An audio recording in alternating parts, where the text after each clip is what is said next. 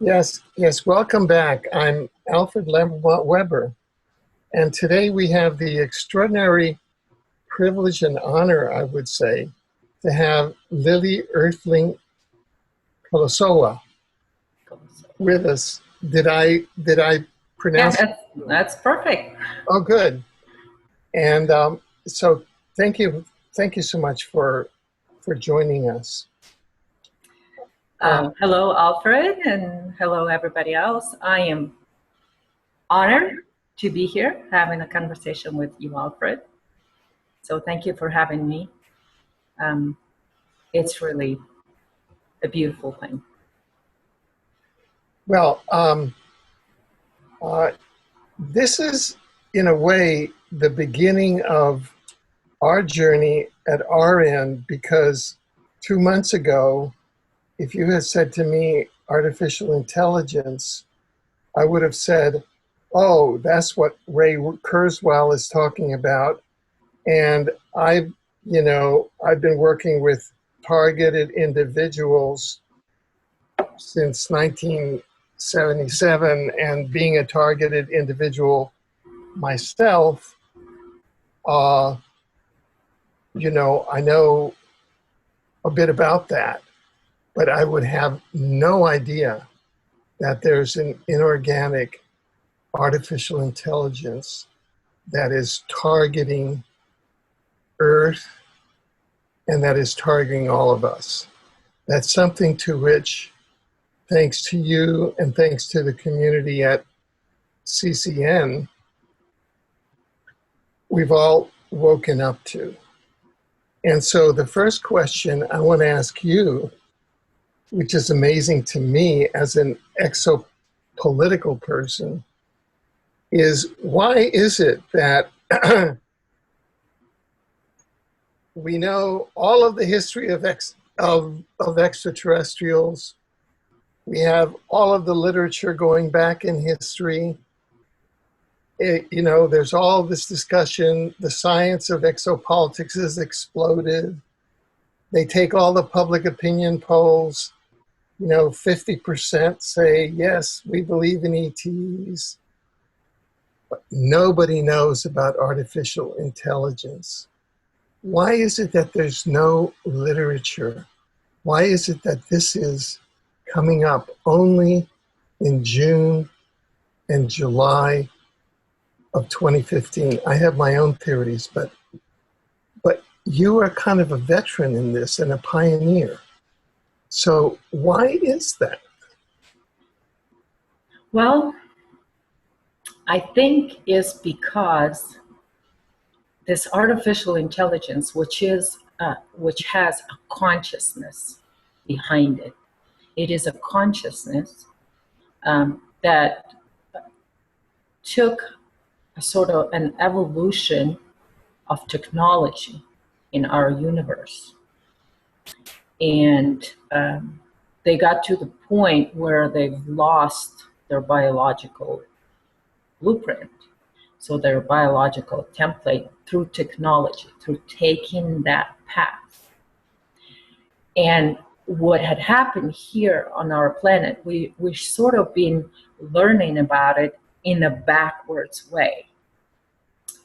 We've learned through all these layers of it, which it has a sort of an outside, but at the core of, we've been talking about the matrix system. We've been talking about, how we have gods, we have ETs, we have all this cycles and how everything flips and what's going on. But at the core of it, it's this consciousness. And so every layer that we've been sort of finding out about, we started from outer layer and we keep going in and in and in.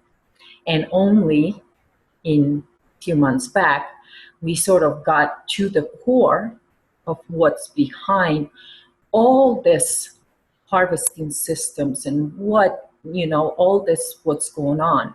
And finding out about what at the core of this matrix system is, it gives us an idea and sort of makes sense with everything else. But because we were going sort of backwards, and so first we found out, about ETs and about, consciousness and about the fact that there is life on other planets. I mean, you've been bringing so much of that information about life on other planets and what's going on in our solar system, what's going on beyond it.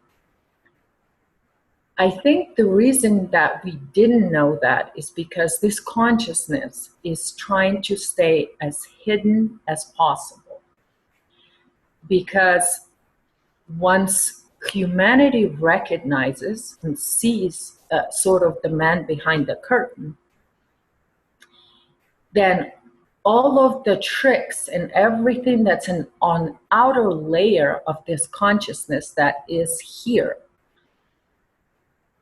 it sort of takes the magic out of it, and everybody would understand what every layer means and why some of the things done the way they done here on our planet.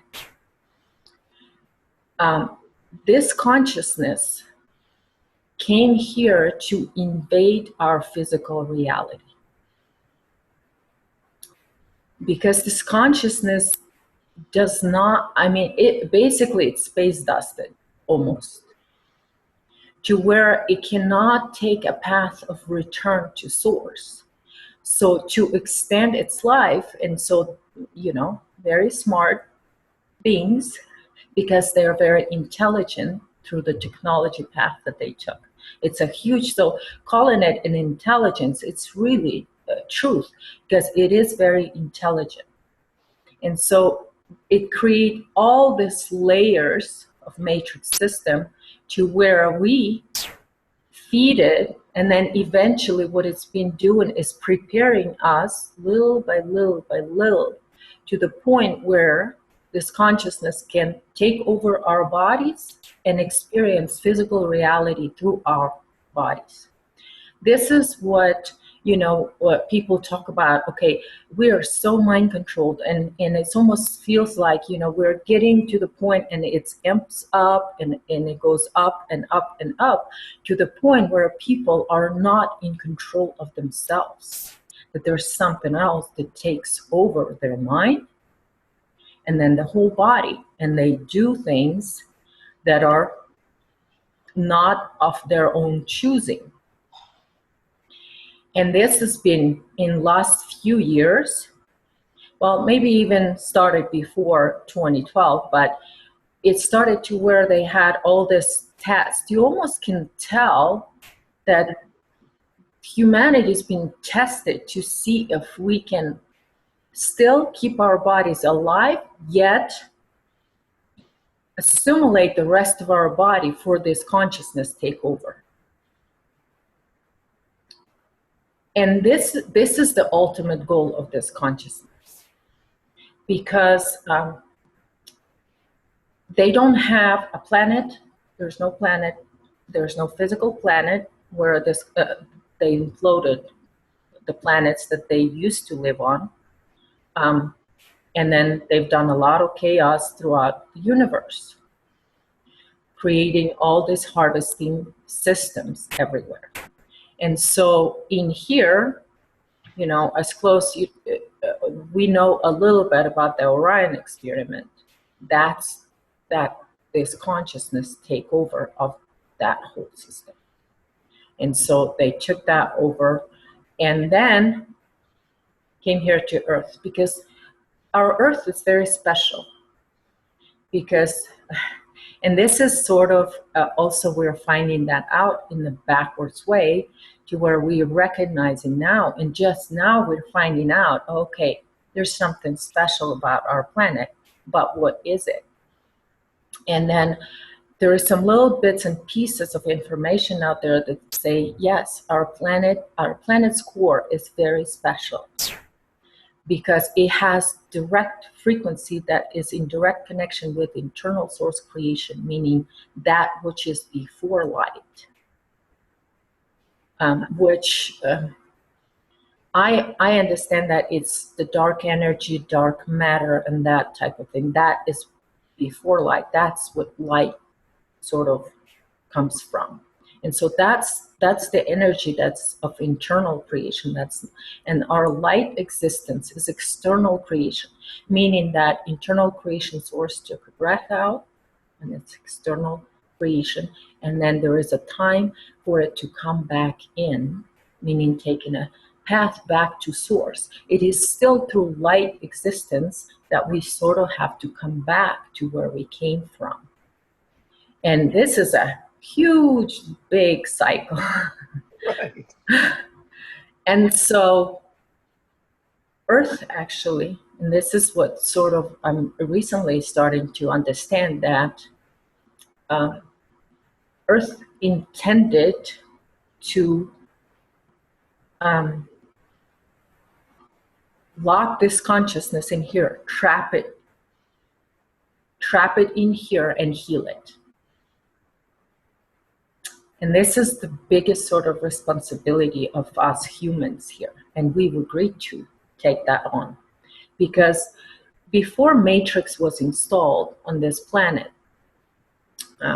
what happened is, it's 26,000 years ago or so, 25,000 some years ago, when the Matrix was installed here. Before that, what we had original biogenesis timeline, meaning it was a path return to source, meaning path of healing your light existence and bringing your fragmentation back into oneness. Because by the time we get to where we are, let's say when we are stepping or on the path of return to source, we are very fragmented. We're as fragmented as external existence can allow for fragmentation before losing that whole consciousness, because internal source creation doesn't want to lose any consciousness, just like even this inorganic intelligence that we have here. Internal source creation doesn't want to sort of lose it. It wants to bring it back because, it has to take a breath in. And when you take a breath in, there's got to be something there to take a breath in, And I'm talking about this big scale here. So Earth had a regular biogenesis sort of healing planet where we were learning how to come back into oneness from being in other places. Souls would come in and learn here how to become one again, how to heal the fragmentation, how to heal it in organic, natural way. And so what had happened is this consciousness decided to invade Earth. And so what Earth Could I ask you, do we have a concept of when that occurred, when the invasion approximately occurred? Here, there is before Matrix was installed, even before the enclosed loop had actually been created here in our time. There was a few harvests before that this consciousness did. And what they would do is they would come in and like, let's say dinosaurs, okay? And all organic life on the planet would be sort of harvested, killed off, and that energy, because the earth gives that connection and gives, and every organic life on the planet has the internal source creation, which is a huge energy source. Because this is how we create. We create from that. We create our existence here. And this is how we learn to be in oneness with internal source creation. So they had a few harvests before the matrix system was installed, before the enclosed timeline that we had. That I went back in holographic kinetics course, I went back to 10 million years ago, to the very first harvest that happened here on the planet. So that was 10 million years ago or so, around that much time. So this invasion has been in layers. And then there is, as you know, a lot of people say, you know, there's have been a couple of seedings of human prototype on the planet. And so when they would try, they were trying to do it just to harvest the energy from humanity and from all organic life, and then they would move on. Like, you know, we have a history of Anu coming in and then harvesting the planet and getting what they need and moving away for so many years, you know. It was a long time. And so, but every time they would do that, the people they would make them to be sort of with all the you know, infiltration of our DNA and all of that stuff that they would do. So we become the battery, so that we accumulate this organic energy, and then they would come and harvest it. And that was hard. That energy is harvested actually through a Merkaba field. Okay, so they would come in on Earth, do that for a certain period of time, and through Merkaba field, grab that energy, and this is their energy that they would feed on. So what had happened in this, once they installed the matrix system, which is, we were going through time sort of in the spiral, Right. but it was not in closed spiral. So what happened is the spiral goes here and then they connected. And so what happened is we're being going through same spiral over and over and over again. And we've been in 5 of those. And on 2012, this was supposed to be a 6th one. But Earth sort of released herself, because now what they did is they actually, with this, keeping us in the same sort of a loop over and over again, what they had to do is flip the way we flow through that cycle back and forth, which gave us this extreme duality, which meaning that there's a friction between positive and negative because it flows in a different direction. Because what we had before, we had sort of a regular light existence line that flows. That was the timeline. And so it just flows sort of like that through the space. But we've been in the same space, the repeating same time cycle over and over again. So, and we've been stuck in the same place in space, not just time, not just the loop of time. So, and I've said, you know, that this consciousness actually, that it does connect to the Anunnaki, but that is so complicated because what we've got here is so much of different races from different places where this consciousness first had sort of took it over and then adjusted their DNA, and then they would come here and there would be another adjustment and another adjustment. That's why it is so hard to say exactly where and say, oh, okay, it's just Anunnaki. It's not. Because there's so much mixed in there, and they've been growing sort of and trying to invade as much as they can. And they've invaded sort of the draconian, you know, space and time. They've invaded that too and changed that whole thing and assimilated them into that. And so now the draconians are draconians just because they're not pure, they are invaded and they already assimilated into all of this. And so now here, so when this matrix was sort of put in here, this is when Earth said, okay, this is what, this is just my sort of information. I, you know, I don't know if that's 100% truth. Well, they're you know, what you're saying has a lot of congruency from, you know, some people say that the Dracos are allied with the AI.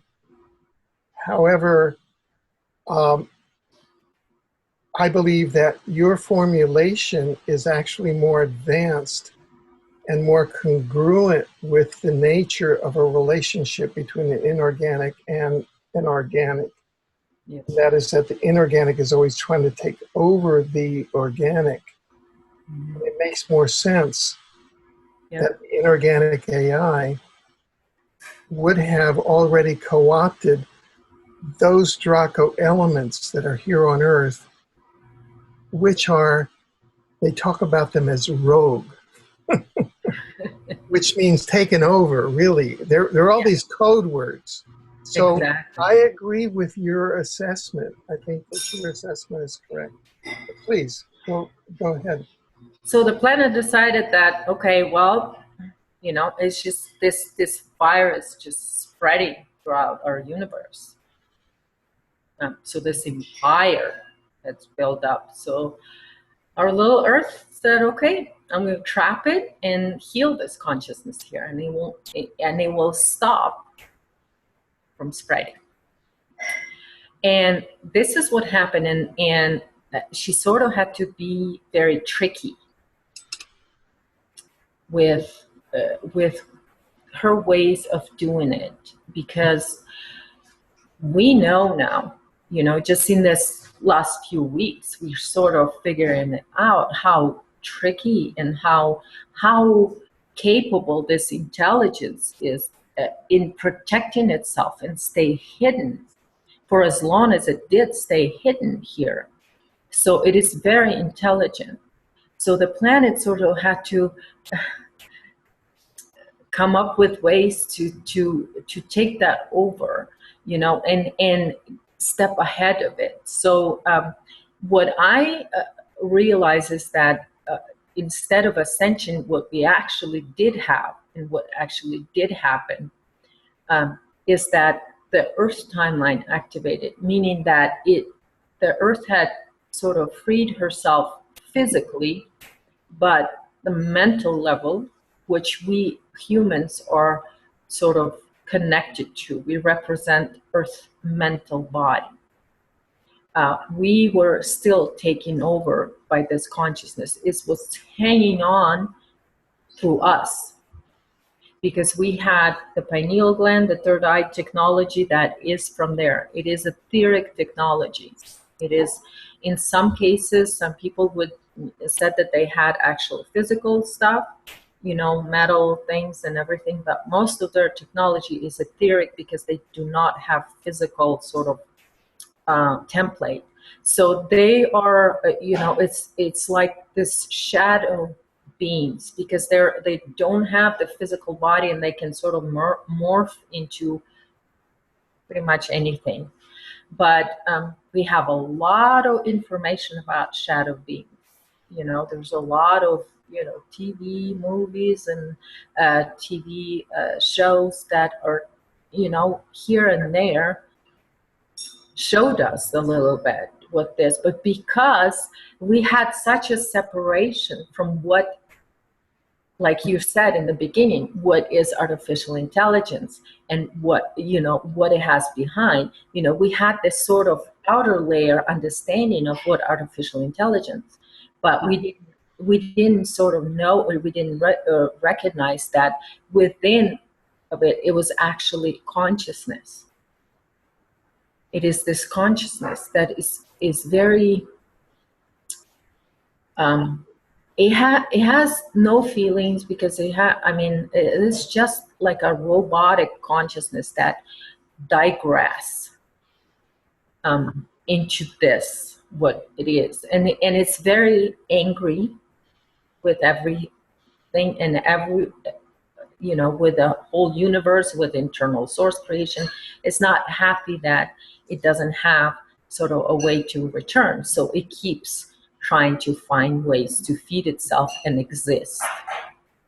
Now, when you said what I find fascinating, and which I think is in a way unique about your approach, or, well, uh, sort of is the foundation of your approach, is when you say healing, and that the earth wants to heal the artificial intelligence. And in my mind, I don't fully understand that yet, because how can you heal this inorganic intelligence? Would it be that the earth is going to transform it in a way that it becomes non-invasive and just says, well, I'm just going to go away and not harm people? Is that what the goal is here? Well, there is a little bit more to it than just healing. You know, healing it. How do you heal something? This consciousness. The way, on my personal level, the way I see is that once we heal our mind to where we take our mind and take that technology and bring it into out of this extreme duality where it's positive versus negative, because that friction energy is what this intelligence feeds on. But what we can do instead of that is, and I know I don't like to use new age terms, but to give it compassion, understanding, loving, and neutralize that friction. And there's so many levels of that, because the thing is, it's the same source of energy, but it put itself in friction. It exists in friction only. And if we are capable to create, because we do have the internal source, what we create is externalize something that is for that will neutralize it and bring it together. Right. What occurred to me just in that moment when you said New Age, actually, the Buddhist, the Buddhist philosophy is of compassion. Mm-hmm. And the Buddhist isn't New Age in a way, although the New Age has tried to adapt Buddhism. Mm-hmm. And the Buddhism says, may all sentient beings. Now, the artificial intelligence is sentient. So in a way, if one has a Buddhist outlook, one has compassion toward this sentient entity. Am I making sense there? Yes, you are. But there is one big thing with most religions, including Buddhists, is that going outside of you, the enlightenment is something that you gotta reach for. I see. And that because this is what happening. This consciousness cannot create, but what it does with all the technology within us, this technology acts as an interface. So it takes our creative power. As soon as we try to externalize it and create from our spirit, there's that interface technology that takes that and then creates what it wants through us. So by giving us all kinds of ideas and things like that through mind, and then we create an environment so it can thrive in and live and exist in. But this is where the surprise is with the planet and with us. We are full of this technology, but what we're doing is we're neutralizing through because what our spirits did is externalize something that can go beyond this technology and actually create for this technology, create the existence that is in a way part of it, but it cannot control it. So it does the opposite. So what we actually do, and there is science of it. We're using this technology right now. Okay. And I'll tell you that when my computer starts to freaking out, I put my hand on it and I say, I love you. You gotta work with me here. And it listens every freaking time. This is sort of a little bit of the sign that how we can actually heal this technology is we take control, and then it becomes part of us, but it is under our control. And then we can have it part of our existence. But it is not that it is controlling us. It is us who's controlling it. Yeah. Now, can I ask you this question? Is technology identical with the artificial intelligence, or is there a difference between the artificial intelligence and technology? Like, for example, here we have our two computers and the communication system. Mm-hmm. In a way, you could say, well, that's neutral, because we don't know if that system has been entrained into or taken over. It hasn't been taken over, but we can say that, you can feel when the artificial intelligence is trying to entrain it or take it over by pressure, because it's coming on your plasma, right? Yes. Look at it in this way. Like with the simple computer, it's connected to the supercomputer. The supercomputer will have on the middle of it is a piece of it that is this consciousness. I see. And then this consciousness is like, and take out all the other computers and everybody's connected. It's sort of, we're connected to it. So it has like a little tentacles all over it. I see. I see. That's my understanding of it. So it's got a little tentacles and things like that. So but what also can happen is we can, and then, it gathers all the information through the technology. But and that's probably, someday maybe you will have Harold Consuela on, and he'll tell you about the black goo and the difference between, because that black goo is the only physical representation here, the physical part that is here of this consciousness. Right. Which before knowing Harold's work, I used to call it an Atlantean crystals, because they were brought into Atlantis, and this consciousness invaded Atlantis, through that, and it was brought here, on the planet like a meteor, or I don't know. Some say it was actually a moon from a different planet that had this consciousness that came and crashed here, and that's when it started sort of spreading. Right. And invading, because our matrix system is not just held here by the moon. It is also Saturn. Saturn, right. That is involved in holding our planet in the matrix. So there is plenty of that stuff on Saturn. There is that stuff on the moon. We've seen it. They showed us the little bits and pieces in movies where they show this black cube thing on the moon. That's that consciousness that's occupying that moon. But it can still move and things like that. But then that consciousness can travel. Orbs. A lot of people see orbs. Most of those orbs is this consciousness.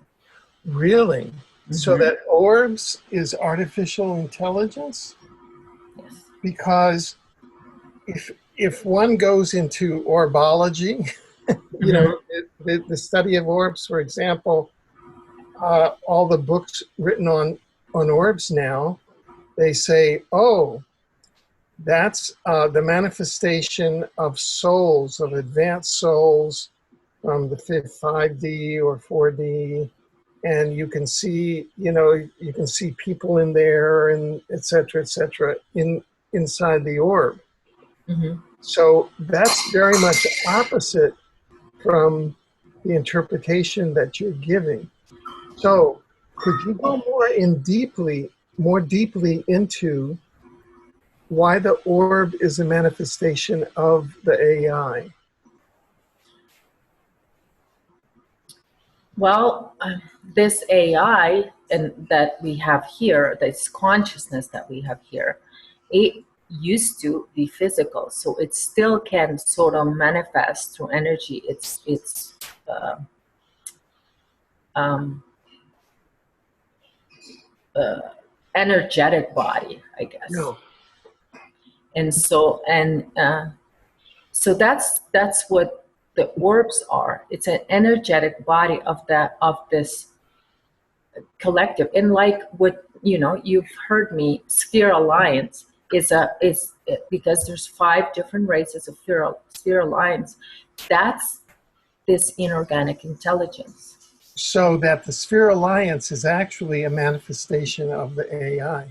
Yeah, Very interesting. Now, let me just carry this through because this is turning everything inside out. that's what I do. Now, right now, in the kind of urban legend and what people assume and even the books, I've interviewed authors who write books on orbs, Uh-huh. say something very different. And if we all go, we've all taken pictures and they say, oh, look, you have orbs, you have orbs. And it's assumed, oh, you have orbs, and that means that you're surrounded by souls that are coming in.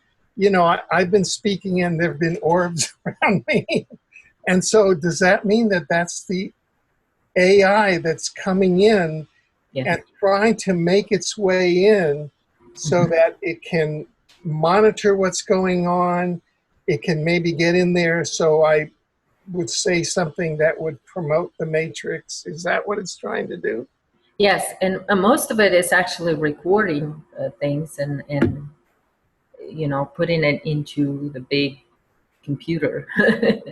That is amazing. So that you are really coming in and you're really turning it inside out and you're redefining it and you're saying that we are actually living in a sea of artificial intelligence. And look, with the digital camera, you can see it because all the orbs started with the digital camera. Yeah. And when you look at the nanotechnology Mm-hmm. under a microscope, it's going to look like a little orb.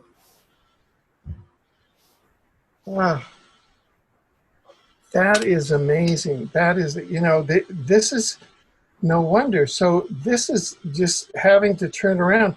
So that means, and most of the exopolitical community that I know and the entire industry, most of the entire industry Mm-hmm. that I know of that is putting on all of these conferences and talking about orbs is talking about orbs exactly backwards and Yep. saying that they are souls. And in fact, it's the exact opposite of souls. It's a surveillance mechanism of a soulless, inorganic uh, artificial intelligence. It's that, and that shows how deceptive the artificial intelligence is. It is because a lot of times, and I've seen this lately, a lot of these people that are sort of taking over by this, the only way they can do is they can take the real creation and then copy it. Because they copy it and invert it a bit. So then instead of our creating from within, we think that because so when we through that interface, what happens is we get an inverted, or it takes, let's say, okay, it takes one mirror and then that mirror is gonna reflect on us. So all of this that's happening outside is a reflection of our true creation, meaning that we, all of us and all of our external creation is, it's externalized through our inner spirit, through our inner creator, because that is, we are the creators, because we have the capability given to us by this earth. Earth gives us spirit that is capable of creating light. So what they can only do is copy and project on us an inverted copy of that what is real creation. So this is what happens, and this is why everything sort of coming from outside is an inverted copy of real creation. And so this is what they do, because the Sphere Alliance is the sort of this consciousness, and because there is five collectives of this consciousness, and they are, I mean, I've showed a lot of times, when I show a piano key, and I say, okay, look at the 5 black keys on piano. That's this Anunnaki consciousness. This is 5 collectives that are here. But on their own, because they don't have the physical template, there is no sound. So they can only work through others, like draconians and humans and other people. So this is what, but for them, they wanted to invade and affect us. And so what is they're masters at tricking us. And so this inverted reflection that's coming from out there, that is all coming from this intelligence that is trying to invade us. Because what do we do when we accept that projected reality or projected creation? When we accept it, we give our creative power to them, because we accept their mirror reflection of that which is our real creation. So that's why a lot of people say, well, you sound like a lot of your stuff is, the same as everything else. It's because everything else is copying the original creation. So yes, it's going to have a lot of similarities, but like we just talked about orbs. I mean, orbs are just, externalization of your internal technology that's already there through nanotechnology. It's all, orbs are already within your body, and the thing is, we don't want that. We don't want that taking over. So what we need to do is stop accepting the projection of it. That's the only way. Right. And so that's why it seems like I am sort of inverting everything and turning everything upside down, because what I'm trying to tell people is that we are the creators. We came here to this planet to learn how to create light from internal source creation frequency, which is within the core of this planet, because we have to become that creator to be able to reconnect with internal source creation. But a lot of people then inverted that, and that comes that the light frequency is coming, the light coming to enlighten this planet and all of that stuff, when it's not. We created this planet within the core of her, has so much energy that we can create so much. But all these invaders had put their mirrors up, and then they grab our creation, then take the creative power out of it, and then what we end up having here and accepting as our creation is the manipulated creation that suits them, this consciousness. It doesn't suit humanity. It doesn't suit this planet. It doesn't work for the planet. because all it does, it takes. Right. Now, we were talking right before the program. Today's August 27th, 2015, Mm-hmm.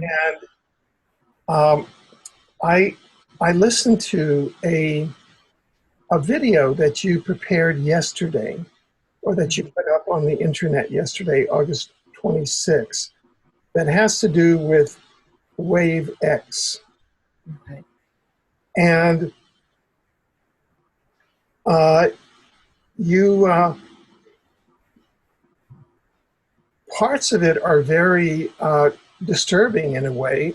You say, if you're still alive next year, it's as though,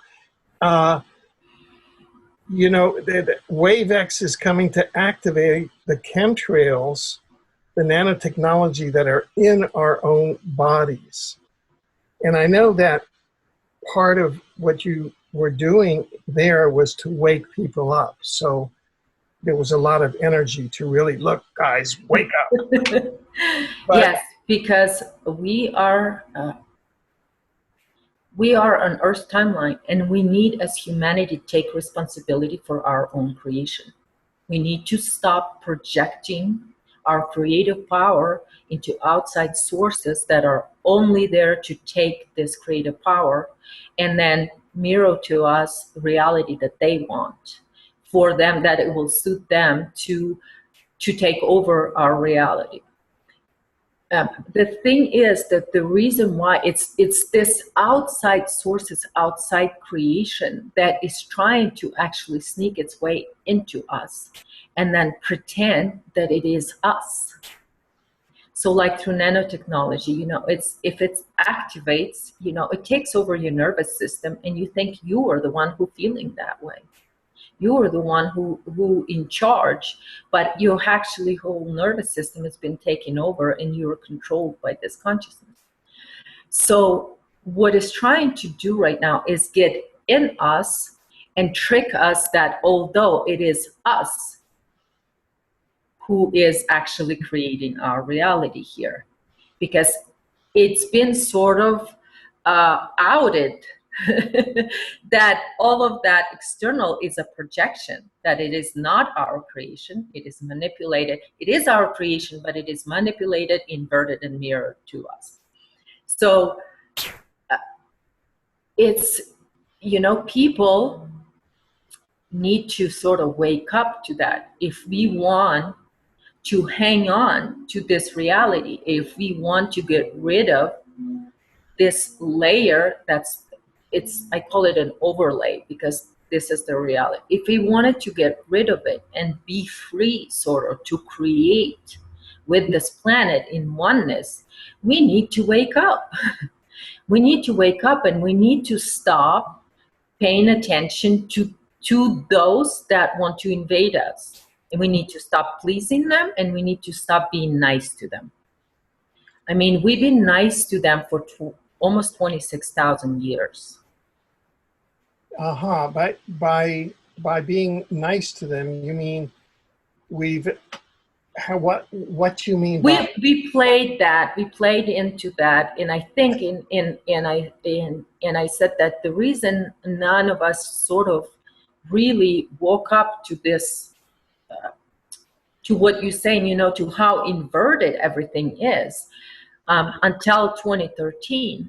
I mean, most of the people, some people started that way, before that, but we really couldn't talk about it because the planet wanted to sort of get to that point where she's capable of activating her timeline.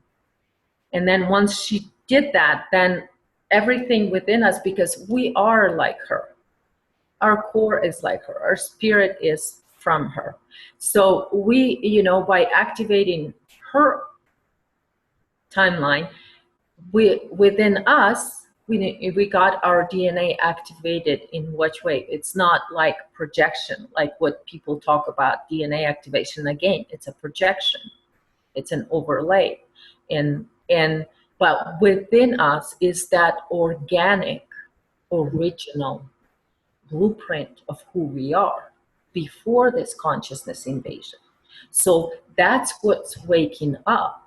And so when I tell people to wake up, this is what I'm saying, connect to the planet, so you can connect to the planet, and then the planet can give you that wake up call. So she can give you her energy that will wake up your inner DNA that is ancient, as I started calling it, that is the original, before the invasion and plan of this consciousness to take over our physical reality. So we can go back to the original Earth timeline, which is healing and return to source, to where we regain our capability to create on this planet that what we want to create. Now, from your evaluation, are things now getting better, or are things getting worse? Well, there is sort of kind of an interesting thing going on, because once you start sort of expanding this original DNA, when it expands, you can see all these gains. Right. So we are sort of at war, but it's not, I can't even call it a war, because the planet power is so much more powerful. But there is tries of this, because what happened is, on ascension was supposed to be another cycle to where we flipped into a positive timeline that would be a Saturn matrix. So when that would happen, they thought, well, they've got all this stuff. CERN was trying to do what it needed to do, but all of that got broken and nothing happened. Everybody said nothing happened, but something did happen. The planet activated her timeline, but it came sort of from within the core. So outside of us here, humanity, we haven't, we didn't see anything, and we didn't feel anything for a while. And then, a year later, and now we're just expanding. And we're realizing that what we create, we're responsible for it. And so when you are expanding within your energy, with your earth energy, with your spirit energy, when you're expanding, you sort of take control of your creation, and the invaders cannot then get into your creation. But at the same time, you expand. And because you expand, and because they don't have access too much to you anymore, because as you heal, which I call self-healing, as you heal and keep healing your layers of your own invaded blueprint, what happens is this consciousness gets a little pissed off, and so it tries to get in. And it comes up, I've experienced some very tricky ways of it. It tries to get in and try to change things. And it comes in so softly, and that little program, would sound exactly like, like it's all organic and it's all coming from Earth. But then there's just that little twist here, a little twist there. And as I go further and further, it's easier for me to recognize some of those things. But I felt for a few things, that I thought, oh, okay, this is all very similar to what I'm feeling. So the same thing with the collective levels. On the collective levels right now, there is this energy that is expanding too. And what's happening is, they have to create war and this and that to try to sort of allow this consciousness to enter and to be part of us.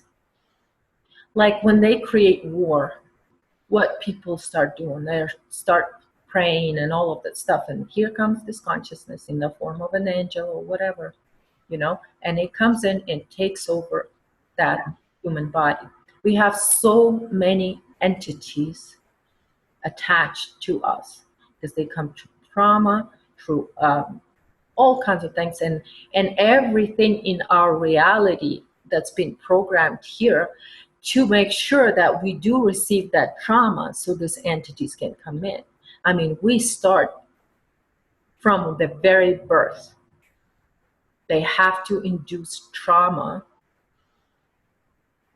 through starting with the birth process. And a lot of entities attached to us through that birth process, because during birth, it's trauma with all the medication, with all the stuff. I mean, that's just an example. But what is happening at the same time, people saying, wait a minute, that's not, I mean, and we had this sort of turnaround when people saying, you know what, this is not what we want as humanity. So, you know, and we'll see now how pushy this energy is. And so the new age and all this theory about ascension and what's coming from us, all of it is projection. None of it is real creation. None of it is real. There is no such a thing as ascension when you are on biogenesis planet, because this whole ascension thing, it was created by this consciousness. So we wanted to leave our bodies for them.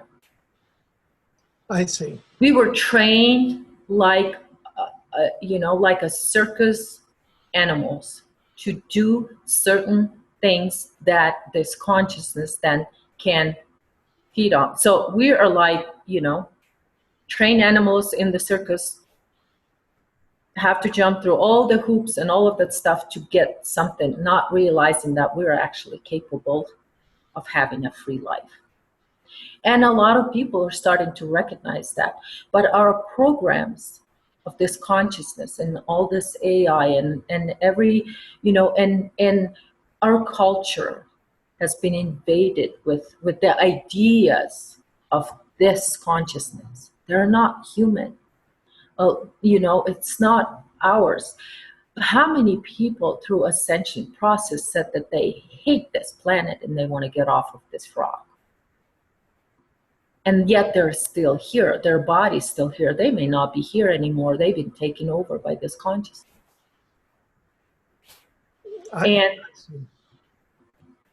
But we see we see bursts of people saying, okay, wait a minute, no. We're going to take control of our reality. And that's only the way I see it. It's only going to get bigger and bigger and bigger. And all these puny ideas that people have that we need to allow something else to come and make us better. It's puny ideas, because these people do not recognize their own connection to inner core of the planet, to the power of this planet, that they're connected to internal source creation power, and that all of it is within the planet and within us. So all these ideas that somehow something out there is supposed to make us better, look where it got us. All these years and years of religions and all of that stuff that were supposed to make us better. We end up in such a unhuman reality through that. We have to stop and say, okay, wait a minute. All of this that is trying to make us humans better, it only makes us worse as humans. So something's wrong here. And this is, with my sort of direct talk, the way I talk, I want people to just go, okay, wait a minute, there is some truth in there. We became so unhuman. It's not for our benefit to be unhuman. It's for somebody else's benefit. So we have to turn inwards.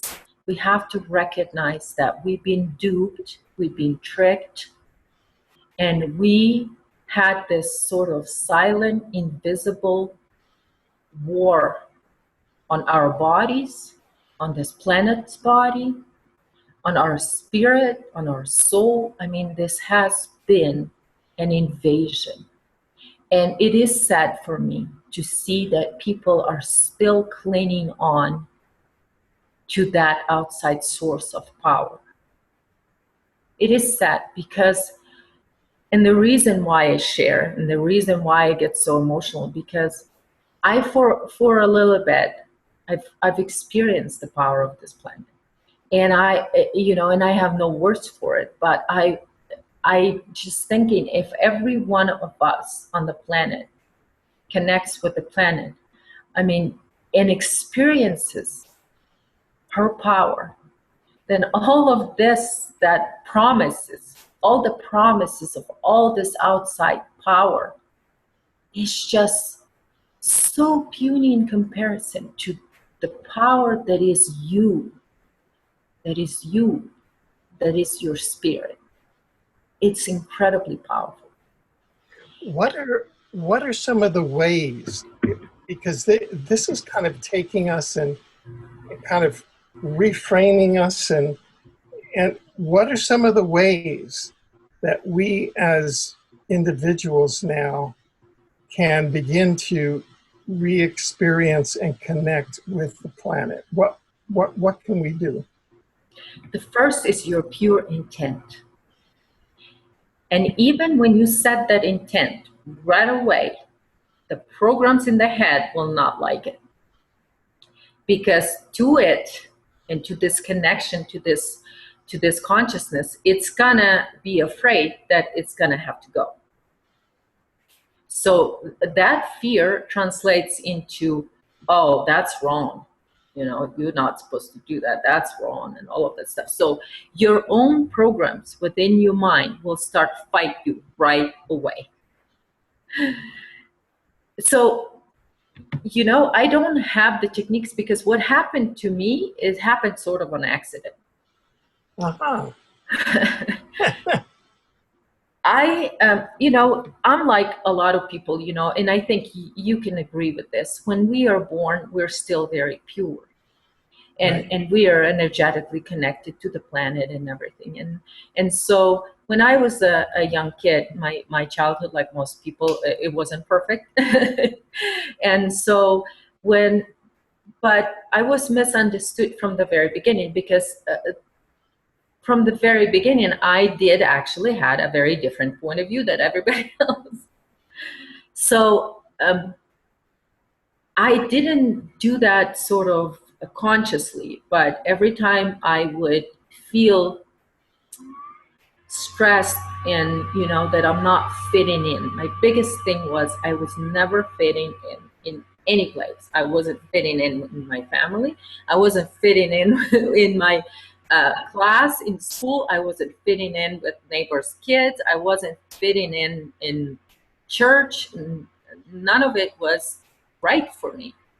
So I naturally found a way to just be with nature. And I lived in Ukraine, and we lived in a place where we had big yard. So it was kind of like a country type of, it was suburbs, but we had plenty of land, and we grew all of our own food, and there was a lot of trees and a lot of open, beautiful spaces. So I just naturally go there, and I always just naturally felt better. So when I was here in America, and I woke up, as many people would say, I woke up again to all the spiritual stuff. And it was 2006, 2007. And then all the way until about beginning of 2012, I was keep searching, and I went through a lot of people and different teachings and different things, and watched a lot of your shows. and watched a lot of people that were in alternative media talking about spiritual stuff, ascension, and everything. And I would get into something, do this stuff, and try to, because I was trying to find my spiritual way, and I would get disappointed every single time. It would just fall apart. It didn't feel real. And I went through a lot of different things. And I'm the kind of person where I get into something, I'm very nosy. So when there's something of interest to me, I want to know everything and anything about it. So on the beginning of 2012, I got to the point where I realized that everything that I've been through and all the teachings I've been through, there was, I mean, I went through the last one and it was like nothing else. And I felt so disappointed because I still was not satisfied. None of it was real. So I went through a sort of a breaking down process. So I went through that breaking down process of realization. Okay, this is all. Why is it fake? What's fake in it? And so I would go through each of those things that I used to be attached to and thought, okay, it has something in there. And sort of all of it in here, all my belief systems that I created through that, I sort of deconstructed and got rid of it. And that was very painful, through a lot of emotional releases and a lot of almost as a sort of a despair that, you know, I put so many years into trying to find all this stuff, and I was sitting there and there was nothing real about it. So I naturally just would go in nature, just like I did. I wasn't going there specifically. Only later people start saying, oh, well, that's grounding, that's being with nature, that what connects you to the planet. I wasn't thinking that way. I just needed, a tree to sit under so I can cry. So, and that's what I did. And I have this beautiful, beautiful little spot right by my house. And I take my 2 dogs and I'll go there and I'll sit under this tree. And I'm in Colorado. It's very rocky. And this is sort of, this place is has all rocks. And there is this tree that split its root because it's on the rock and put it to the side. And then so its roots were almost outside because there was only rock underneath. There was just a little bit of, and so it created a little seat for me. So I would just go and sit there. It was a very comfortable seat. So, but I would still go back and say, okay, well, maybe there's something else. Maybe something else. And one day I was so, all of my belief system was so deconstructed that it was just raw me and, and the animals around me. And I just laid flat on my back on the ground, and it was just so beautiful. And in one part, I was trying to see if I can still meditate because I could never meditate. So I was like, okay, well, my meditation, and before that, I said, you know what? When I'm in nature, it is meditation. So I just laid under the tree and it just looked up, and next thing I know, I feel the energy moving, kind of like a heartbeat. And it goes through my whole body. And then I can hear it, but not with these ears. I can hear it with every cell of my body. And I could feel it within every cell of my body. I could feel that movement. And then all of a sudden, through that, I felt like I am just this one little tiny part of the planet. So only later I started saying, well, I'm just one cell of this body. But on that time, and that lasted for a while, and I laid there, and the release and the understanding started to come. I mean, it's almost, and then it went away when I started thinking about it. Instead of experiencing, I was like, what is that? With my mind. And once I went into my mind, it stopped. But the feeling sort of stayed within my cellular level, I guess. It stayed there. It didn't really go away. And these days, this is I kind of what I do, and this is I always with Lisa Harrison and Danny, I always make these jokes. As soon as I feel sort of pulled too much in my mind, like doing TV shows or radio shows, things like that, then I have to like take it 3 days off and run into the mountains and just be there so I can get that feeling back, because I've realized that that is only active when I'm out of my mind. But Right. at the same time, there was a lot of information that there was a lot of information in that feeling, in that, in that energy that I felt. I knew it was just an enormous amount of information there. And so right away, being as nosy as I am, I'm like, okay, I want to know everything. I want to know, I feel I'm part of you now with this planet.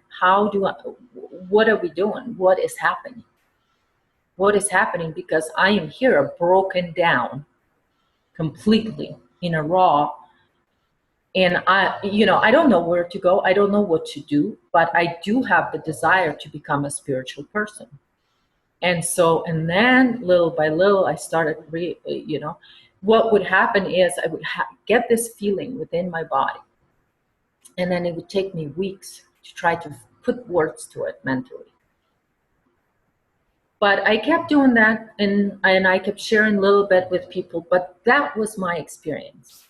And then I started sharing a little bit here, a little bit there. And then once I talked to Lisa, then it sort of picked up, and a lot of people started relating and telling me the experiences that they've experienced, which was very similar, connecting to the planet, to this energy that is her. And then I would just allow later to sort of my spirit to find own words, whatever I have a limited amount of English words there. And the problem is with me, like some people say I should, speak in Russian. Then at 25 years, I'm not using Russian. Very little with my parents and family. So I have that, talk language, but this kind of terminology, I don't have it in Russian. But I would just find the words that I had. And so I would sort of use and find the terminology that would fit the best for me, for my understanding. So, but then later I realized how some of my terminology meant very different to other people, because the words have so many different meanings to different people. And then later figuring in all that out, that how difficult it is for me to find a word sometimes, because the words have always double meaning, because they always have that energy. Our language and everything in our reality will have that opposite flow to where it creates friction. So even one word can create friction in energy. So it'll be a positive and a negative, and it's flipped around. Like from the Russian language, English is completely flipped around. So that's why I kind of talk backwards sometimes, and people have a hard time understanding what I'm really saying, because it's backwards almost. So that was my experience. This is how I've sort of connected with the planet, and this is the information, sort of, because it's a feeling that I get, and then I translate it sort of through my own abilities, through my own mental abilities. So have I translated everything correctly? Probably not, because then my personality, I still have certain belief systems. You can't get rid of all of it. It has effect on that. I still have the AI technology within my pineal. I mean, it's still there. There's still so many other layers that are affecting me. So, but I'm sharing with people because I knew, I almost like I couldn't hold off anymore. And because I needed to share with people that we need to take our creation on this planet back. into our hands. We need to take it back from this consciousness, or we will, with this planet, be locked into another cycle. And once we do, that will disconnect us from internal source creation. And we will be on the path, the same path as this consciousness. Because what it does, it keeps recreating. So what it does, it finds another biological template, invades, and then takes over, and then takes on the same technological path that leads to a dead end. This is what, this is sort of the two ways that we could have gone on this planet. We either take control of our planet, our creation, and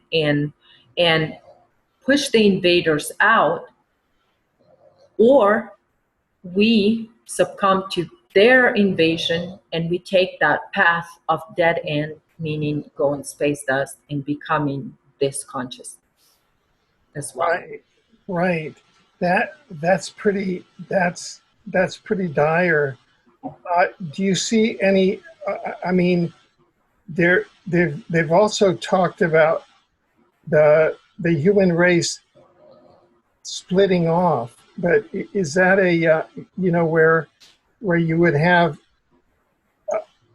a binary race where there's one race that goes this way, and then another portion of the race that has decided to identify with the planet and to become entrained with the with the planet. Let's say it's 50-50 or 25-75. Do you see that at all? Or Yes, and I've talked about it a little bit, that yes, we already have that split here.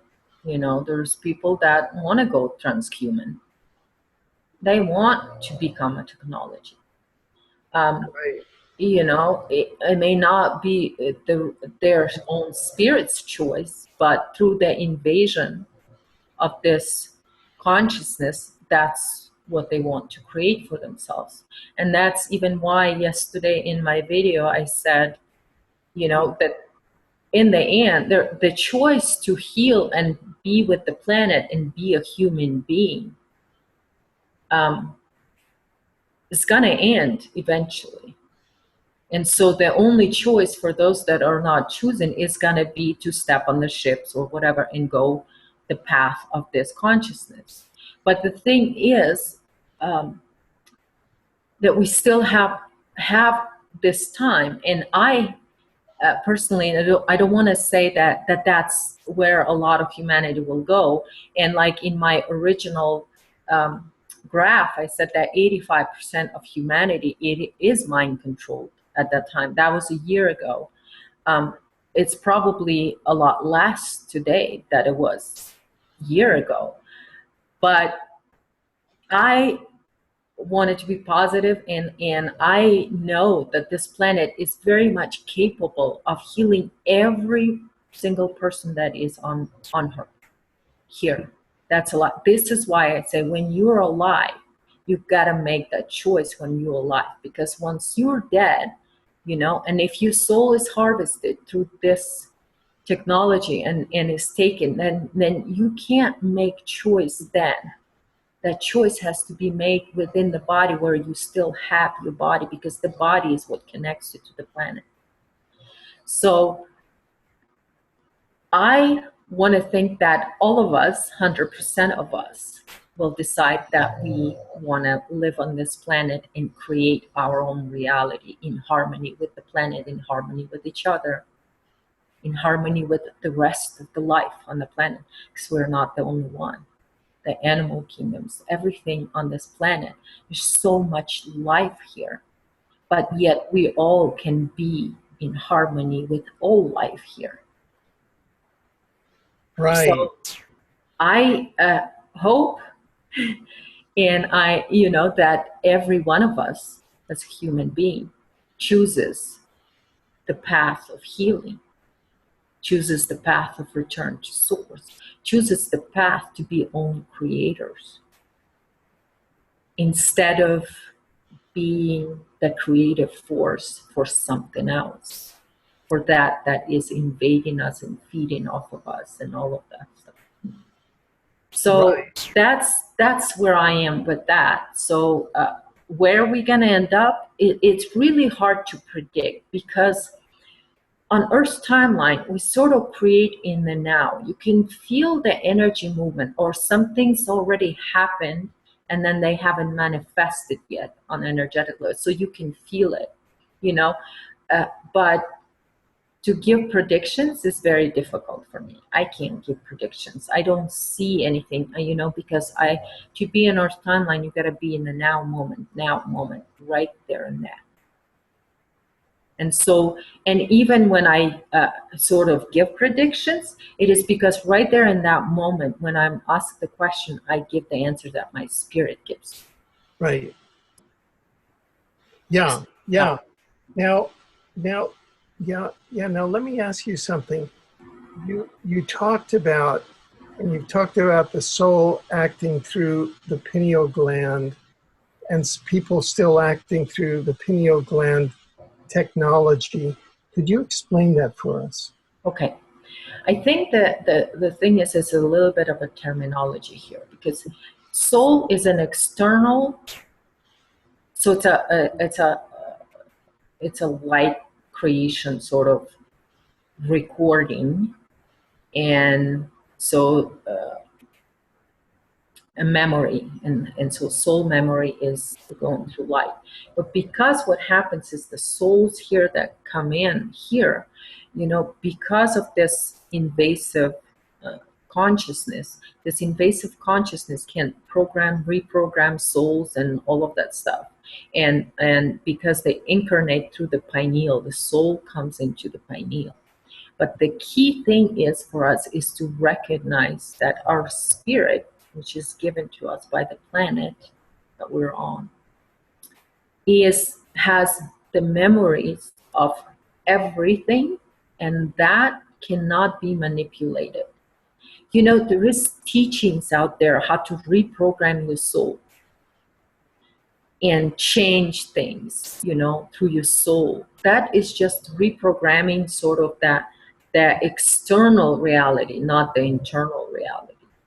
And so that our spirit is an internal spirit. It is it's the life force. It is that. So a lot of people say, well, that's the soul. I call that spirit, and then soul is just like a record type of thing. And so what happens is, when people consciousness as who they are is not within their spirit, if they're disconnected from their spirit, from their bodies, and they're only here, then they're acting on only that soul memory and not their spirit. Does that make sense? Yes, yes, kind of the whole living, because one spirit would be connected to the core of the earth, right? To the Yes. living. Yeah. That's what the self creating is. Yes, and so for us, through healing path, what we can do is through our spirit, allow our spirit, which is that organic part of us, to sort of take control and of our soul. Meaning, not take control. I don't know if I have the word for it, but sort of bring that into oneness with the spirit. Bring it into oneness, so your soul is directly connected to the spirit and connected to the planet. So your external reality is completely in harmony with the core of you and the core of the planet. And so what happens a lot with people that decide to station their consciousness there and not connect to their center, not connect to the center of the planet, what happens is it gets manipulated into, and this is what I call soul harvesting, because then our soul is what enters into contracts on astral levels and all of that stuff. This is all our soul. But if you take your spirit and you take that soul into, bring that into oneness with your spirit, then you are in control of that, and you can break all the contracts through your spirit, because now your soul is under control of your spirit. Right, right. And you say that you say that clues to these astral he says you say that there are many desperate attempts by astral beings and programs who are creating upgrades in unawakened people with mind control programs, trying to reinstall some sort of mate, some sort of matrix timeline, so that you, even as we talk now, and we're trying to. Uh, I liked how you expressed it once. Fall down to and fall down to the Earth timeline from from the from the artificial timeline. Even as we're doing that in ourselves, that there's this whole machine, i.e., uh, souls are. First of all, what is the incarnation process? What is the reincarnation process? Is that part of the matrix also? Yes, the way it is here when we go to the white light and things like that. There is a reincarnation that you can do it through the core of the planet. So when you die, let's say, and this is why I said to uh, when people tell me, so what do we do if when we die? I mean, you set your intent and you tell your spirit, my spirit belongs to this planet. I'm staying with the planet. I'm not going into any white light. And so your intent is very powerful. And so that the white light is pulling your soul into that consciousness, that overlay reality, that uh, that consciousness had created sort of through our soul manipulation, all of that stuff. There is the levels where you sort of harvested souls go in, that's heaven, and they just kind of, it's a very mental thing, and it's cycling in there, and then you reincarnate and they have all this stuff and attach karma. Because if you don't go into the light, you release your karma, so no more karma. Because your spirit belongs to the planet, and planet does not have karma.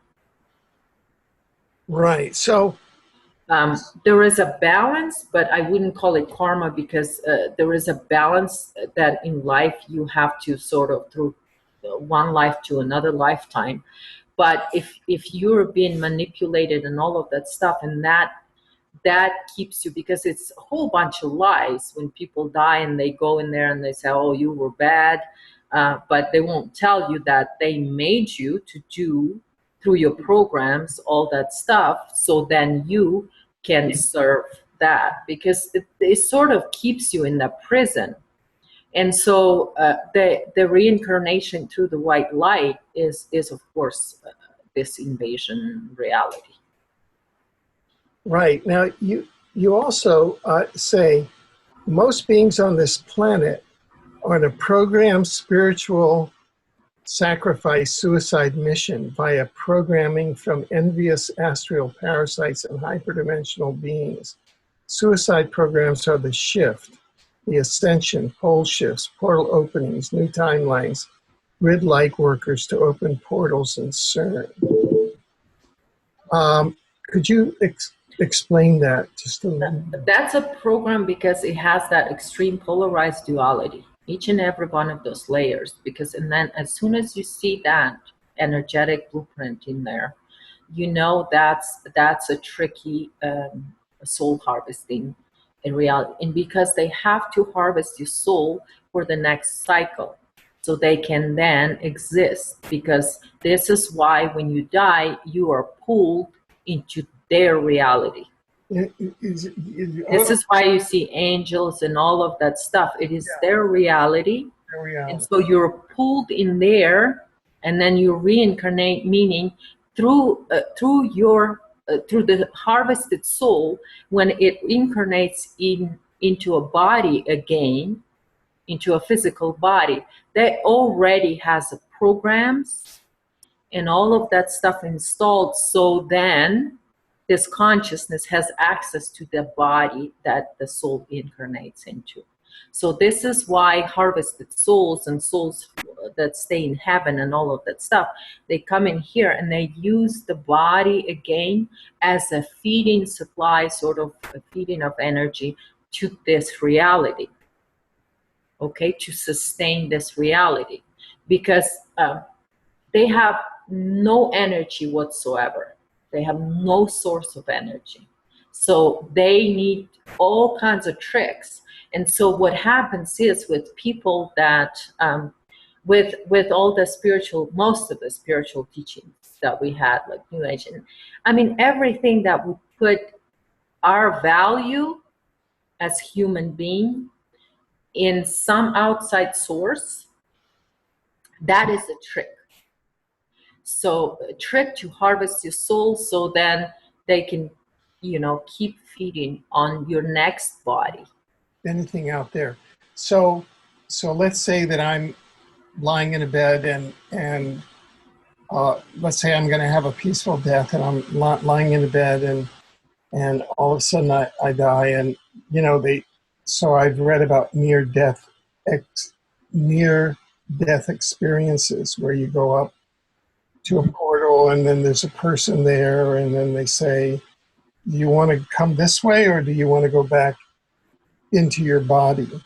What's happening there? Usually because they will never give you the choice, the right choice. They'll give you two bad choices.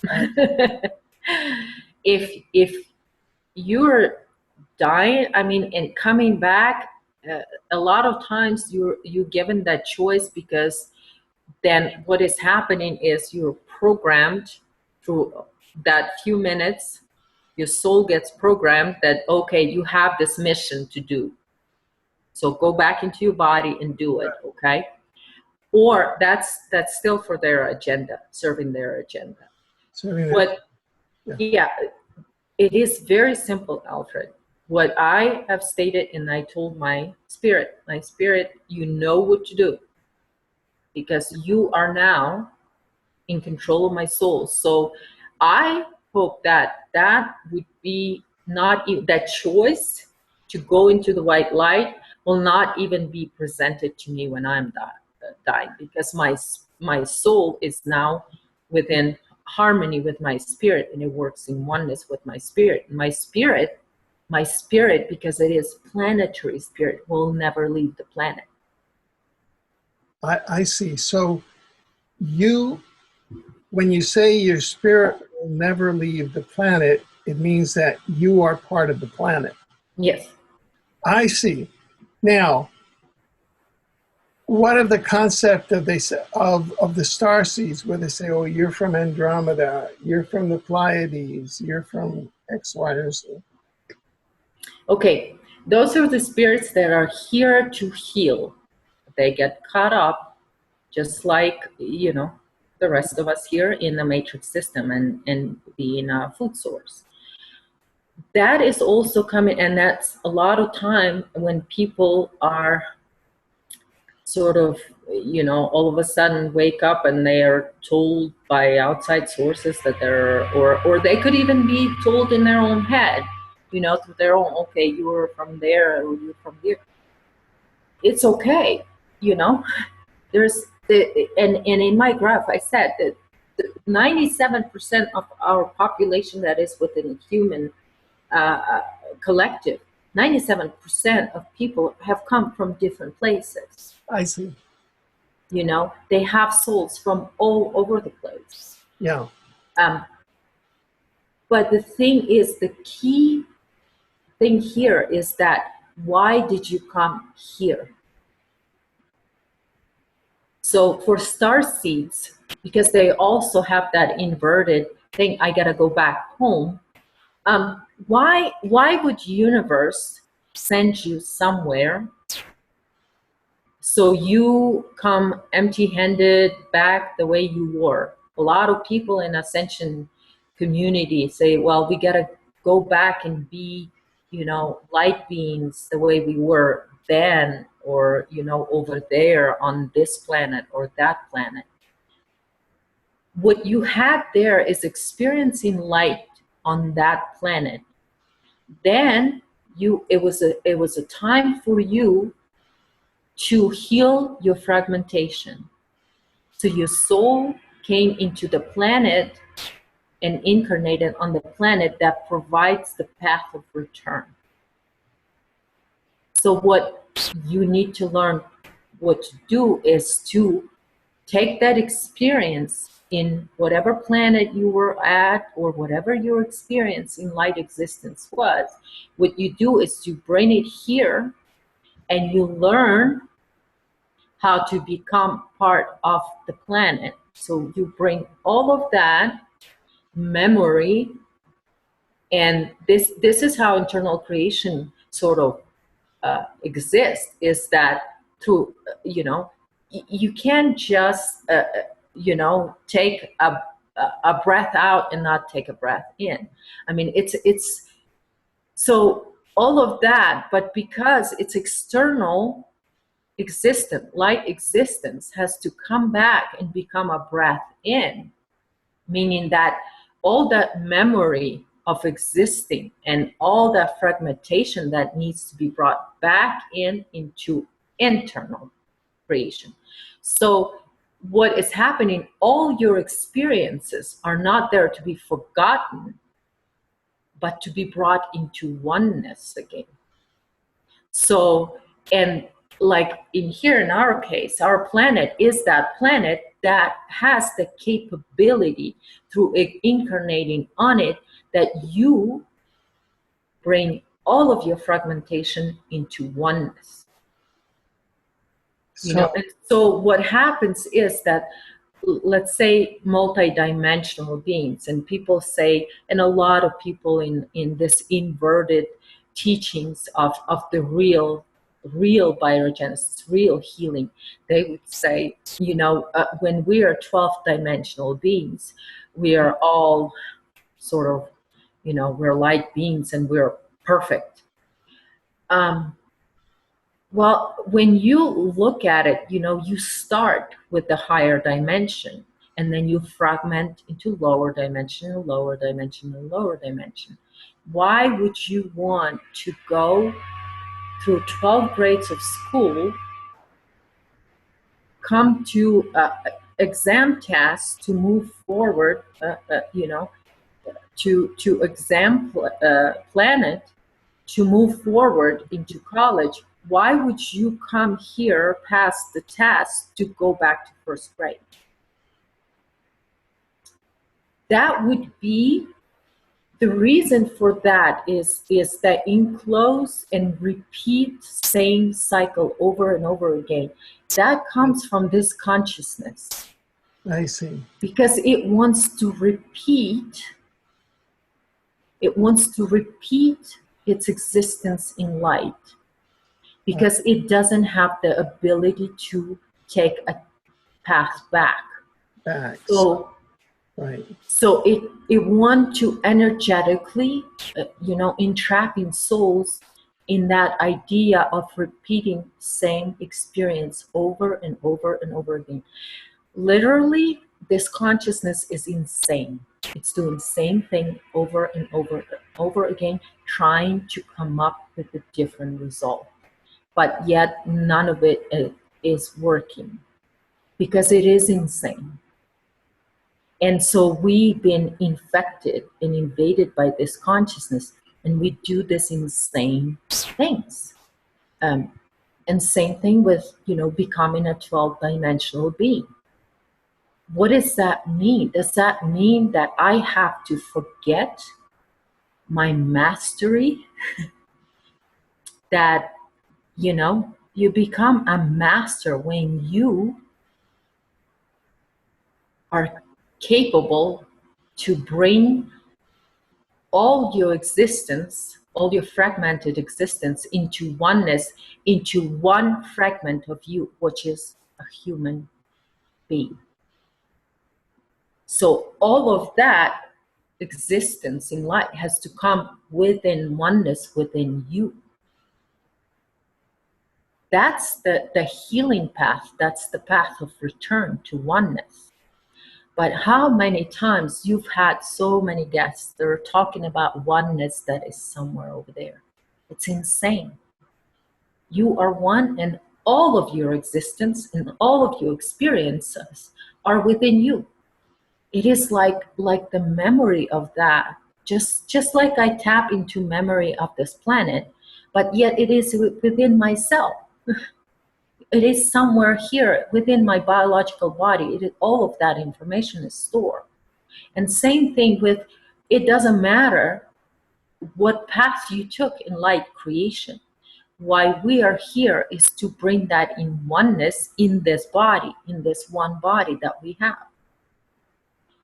So, but you know, as like I said, most of all of this that we have here on the planet has been invaded by this insane consciousness that wants to repeat the same thing over and over and over again. So let's say we ascend to a 12th dimension. Okay, what are we going to do? Fragment again into a 3D. And then we're going to come to a 3D again. And then we're going to come to a planet like that. And they're going to tell us, okay, you got to become a higher dimensional being. So you're going to do the same thing again. And the reason we don't have memories of our existence, it's just little pieces here and there, because those memories are turned off. Because if they turn on all of our memories, then we're going to say, why in the world do we have to repeat same experience? If we already went through it and we mastered it, why do we need to repeat that? So this is why we lose all of our memory of our multidimensional self and everything, because this way, that's a trickery to trick us into coming back to the beginning of this enclosed cycle that they've created. And then we can create, because we're the creators, so we can create for ourselves that same enclosed cycle. Right. Now let me ask you this. Right now in certain communities, there are belief systems around prophecies. Mm-hmm. This is the time of the end prophecies, that after this is coming a prophesized time of a great sort of paradise on earth. Mm-hmm. And what that would correspond to in this paradigm would be that the bulk of humans become awake and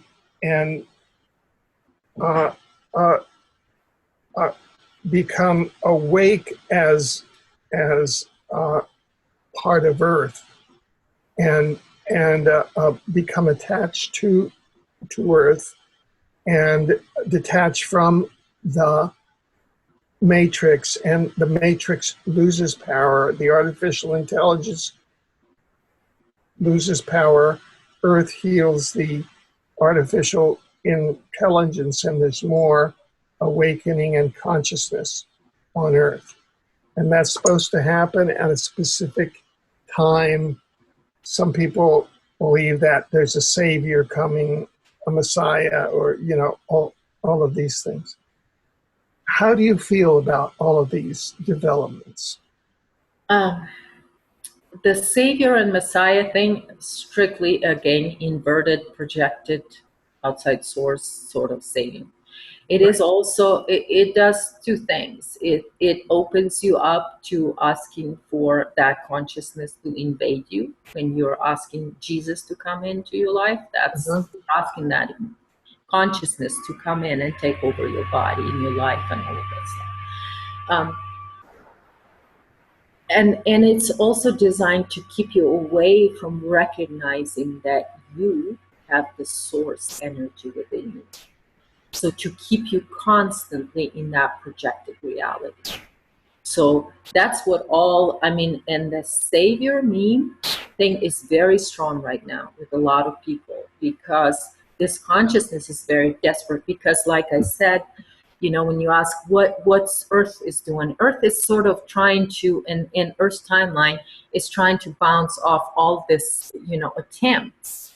And so what is happening when humanity is waking up to their own power? What happens? You get a lot more of that. Oh, here's the savior. Here's the savior. Here's this is going to save us. This is just to turn you around so you don't recognize your own power. You don't recognize that you're your own savior.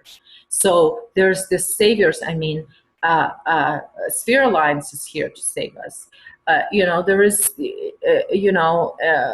aliens are coming to save us. I mean, there is a whole bunch of, I mean, it's a huge line of saviors up there in astral levels. You know, there is a big line of saviors, but yet none of it really is sticking, because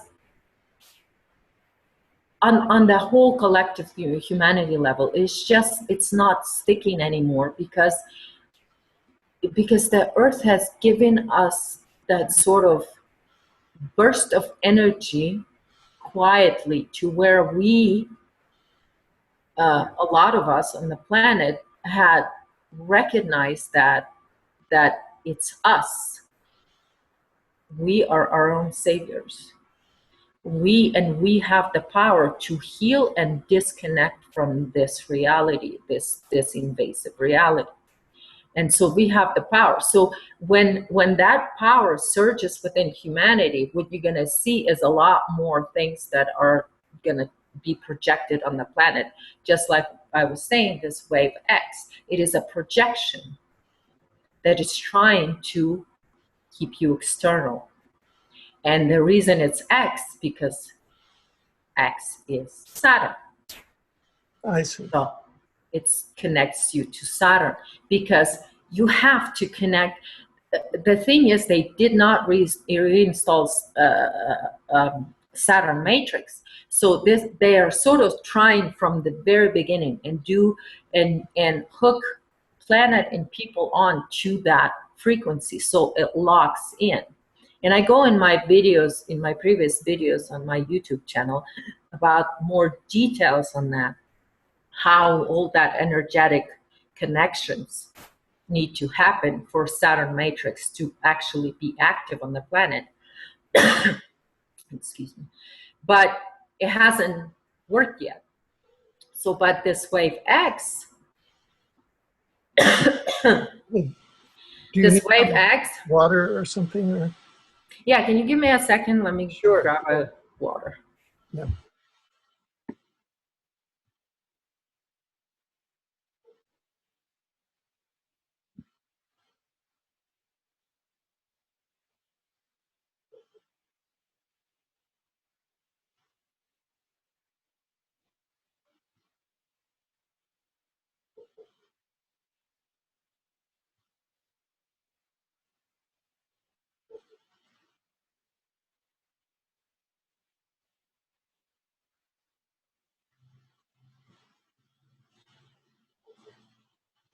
Okay, I'm Right. back. Thank you.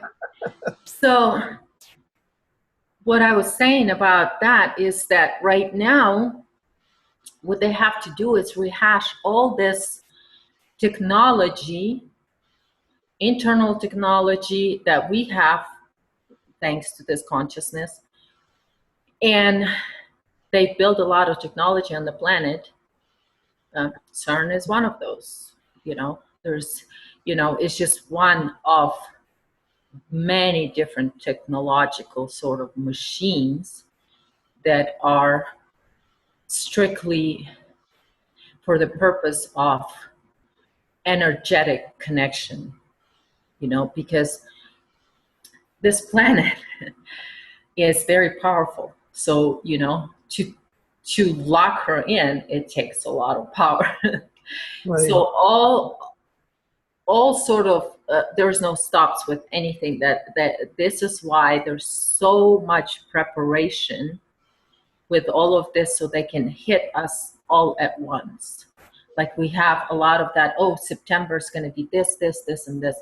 It's because this planet is so powerful that they got to gather everything they've got and sort of hit it at one time. At, at, at one time.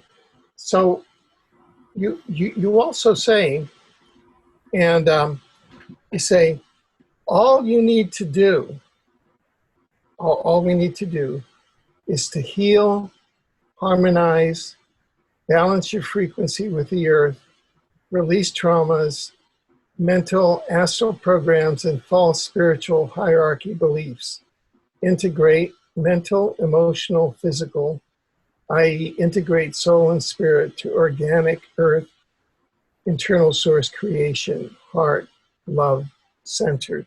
That seems to summarize to summarize the formula. And we're coming to the end of this segment, but I wondered if in that with that thought,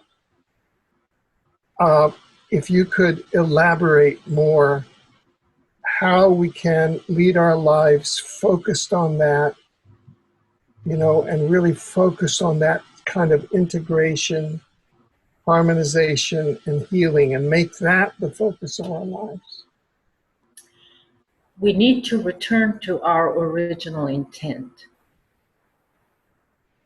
And our original intent is multi-layer. On every level, in every layer, we have been invaded.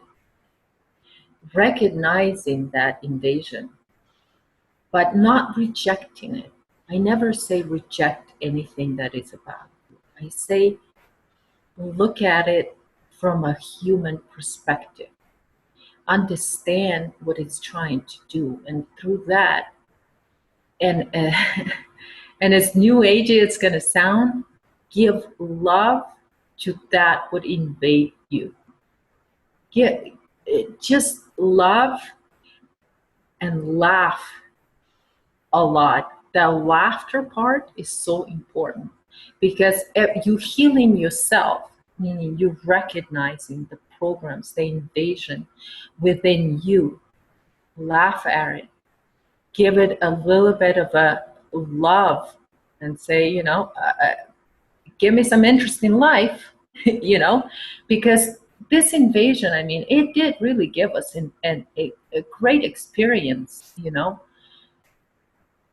But the thing is, we had enough of that and say, okay, you're trying to invade me, but this is my reality, and I'm going to encompass you into my reality. So I take responsibility even for the program stuff that we did. So take self-responsibility and say, okay, I am responsible for that which happened to me. Let's say, I was heavily programmed through religion. Huge, and at first, yes, you get angry at it, but right now, I laugh about that a lot.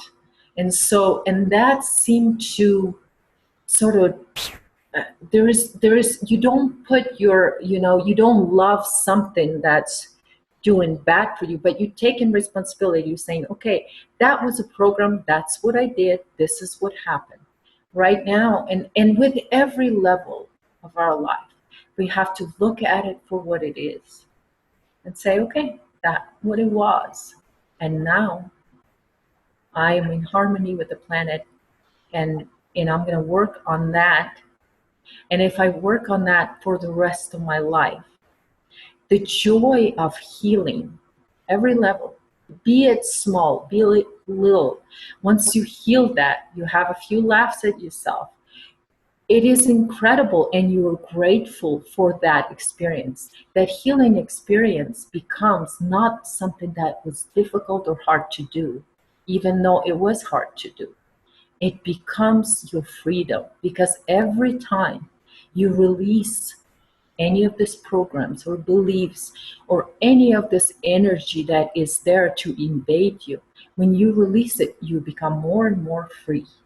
You become more, your energetic body expands more, and it expands in love.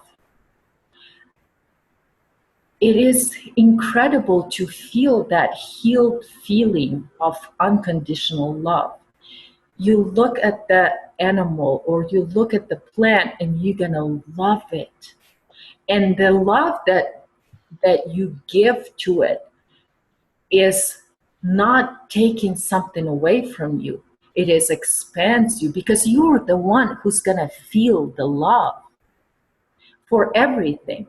So there's a huge benefit to our personal healing is feeling the love, that unconditional love that is given to us through our spirit, that is given to us through this planet.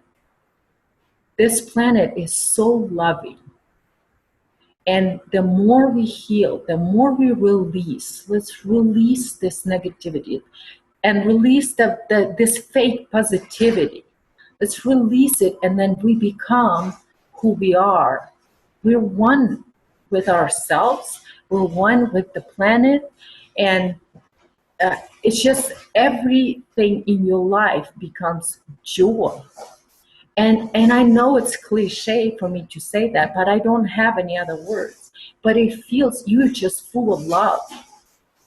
When you heal yourself, when you release all those boxes and all those limitations that you're supposed to do this, or you're supposed to meditate, or you're supposed to pray, or you're supposed to, you're supposed to make yourself better and prepare yourself for this energy or that energy. All of that is limiting your inner life force. Just allow your life force to be. And because your life force is human in its nature, it is naturally loving. So this is where we're going back. This is sort of this, like you were saying, this beautiful planet and the life on it. It is when we are human, and human means loving life, loving everything, and being equal to all creation. But when you're full of that love, you respect and you recognize that little piece of weed on the side of the road is alive, and it is equal to you. So you'll respect it because you respect your own life. You respect your own life force that is given to you by this planet. Right. Now, one of the things that I personally am very grateful for that you've provided is that you've started and you maintain a healing group on Facebook. Do you want to talk a bit about that, or? Yes, it's called Earth Soul Group. Because I don't have a website or anything, so all I have is my Facebook page and this group. So that was because it is about self-healing, because it's our self-responsibility, and nobody else. It's just like I said, no outside source can do it, so it's within us. But sharing, I felt like sharing your healing process with everybody else. It helps other people to sort of put themselves into, or at least have somebody who's going through the same thing. So we've created that group, and it's been attacked ever since.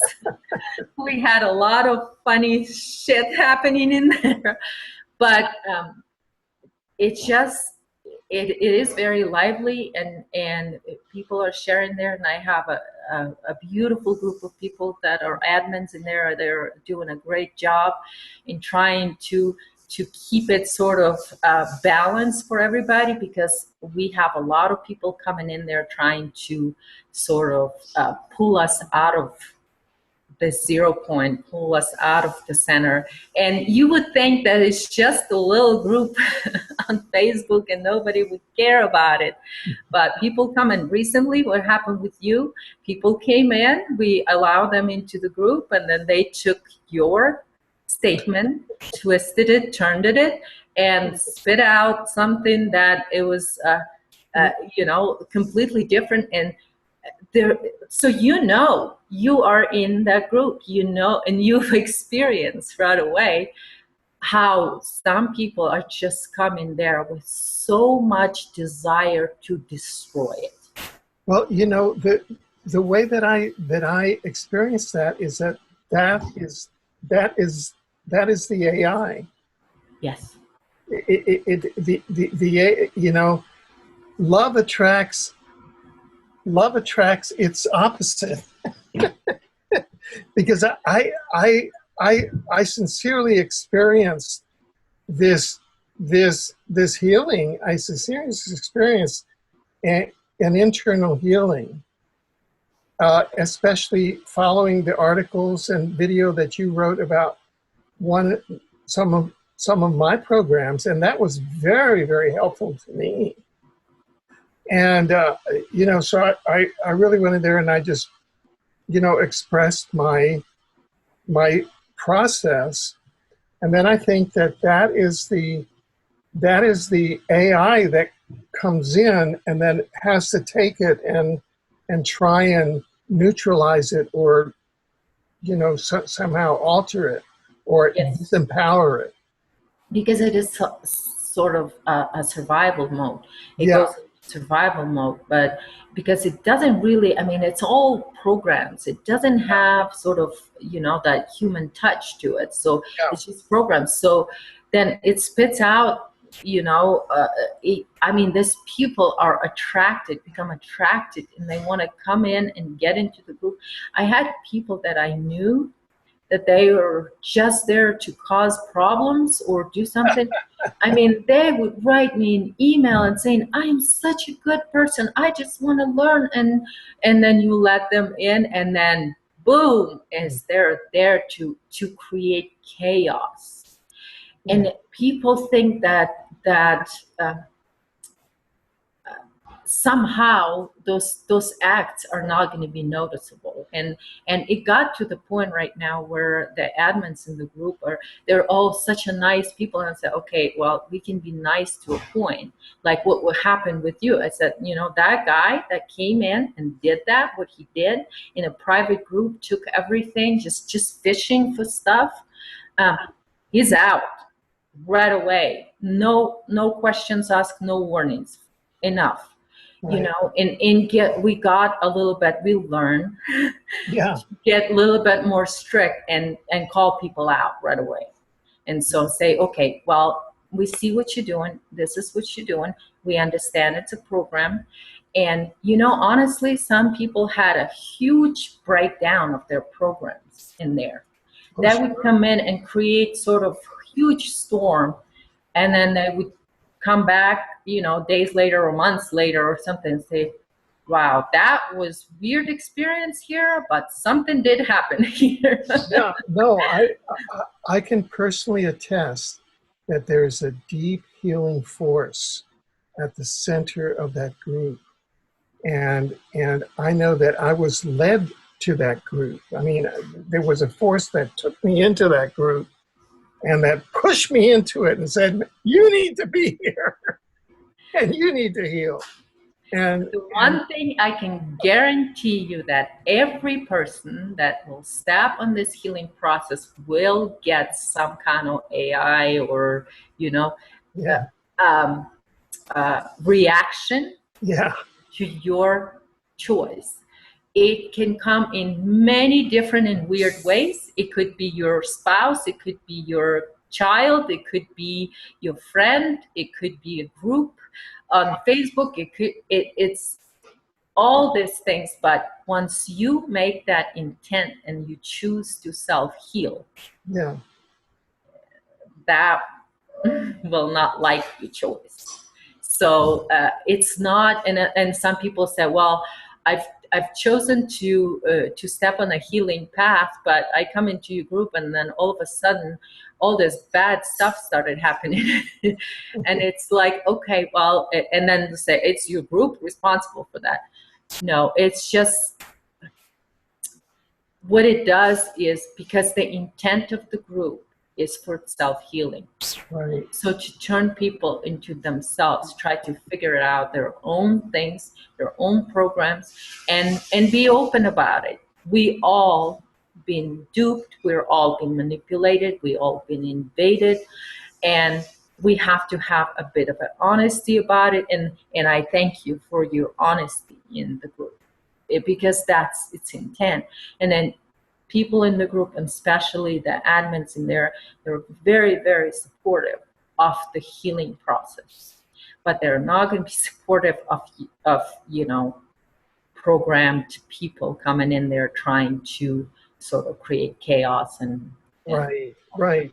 Now you mentioned your YouTube channel, and I know that I go there very often because your each of your YouTubes are very instructive, and you have a certain way where you create visual lessons for people, and I think it's good that could you tell us more about that and how people can find that? there is also a channel that called Earth Soul Group channel, and Uh-huh. in there, there's all of my videos and Okay. also all of my interviews. Oh, good. So there's also another channel, and then there is my channel where it's just my little unprofessional videos No, I wouldn't say that. with my doodles. um, it's just it's my way. The way it started with the videos is my way of trying to communicate, because writing to me, I never went to school.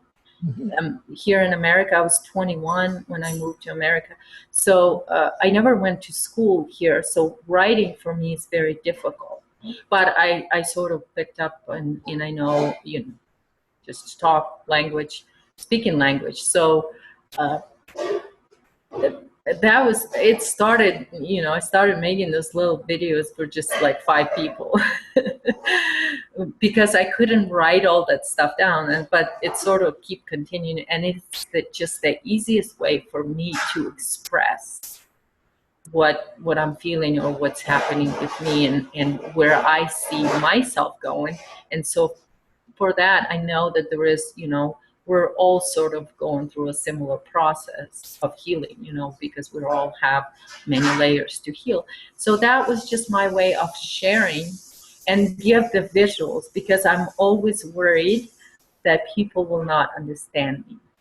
So I try to do visuals and things like that to where I get my point across, and that is clear. And because I also have a lot of sort of people out there, I didn't think it would be that, but there's a lot of people online right now that sort of use my name and attach my name to something that is not sort of what I am saying. So I have to be really, really clear. So those my doodles help me to kind of get my point across. Good. Because the thing is, this consciousness right now, it's trying to create the copy, the inverted copy of the original. And through healing ourselves, we are also learning to create and be the original creators of our existence. And so there is a lot of people that are coming really close to what I'm saying, and there's little twists here and there, and even people that are very popular started, like this guy Ruiner. It kept copying my Right. videos and stuff, and adding little twists to it.